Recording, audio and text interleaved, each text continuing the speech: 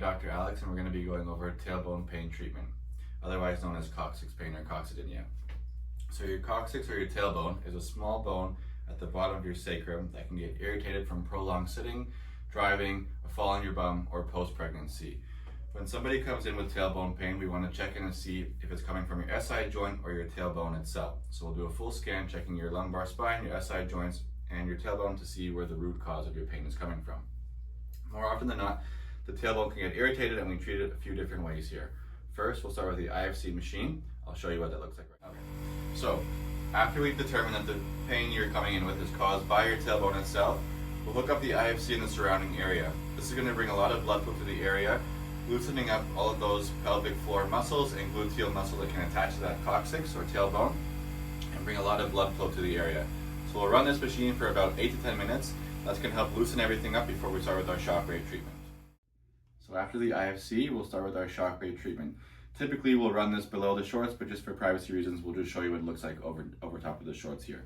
So we'll be running right along the tailbone area here, along both sides, up and down where those sacral tuberous ligaments are and gluteal muscles attached to that coccyx.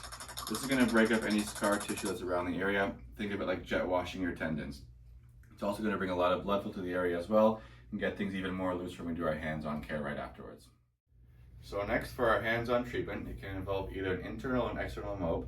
I'll show you the external one for today and how that's going to look like. So after our shockwave and IFC, we're going to find that tailbone again, right through there. It's a lot lower than most people think. I'm going to take the bottom of my hand here. We're going to be mobbing that coccyx or tailbone into a better position. So we're going to start like this, and it's going to look just like this. This might be quite painful on some people, but it doesn't last too long, only a couple seconds. After that's done, we're going to do some soft tissue work. So we're going to be loosening up some of those muscles in the glutes that can attach to the tailbone, causing some pain and irritation. So that'll be some glute pin and stretch work through here.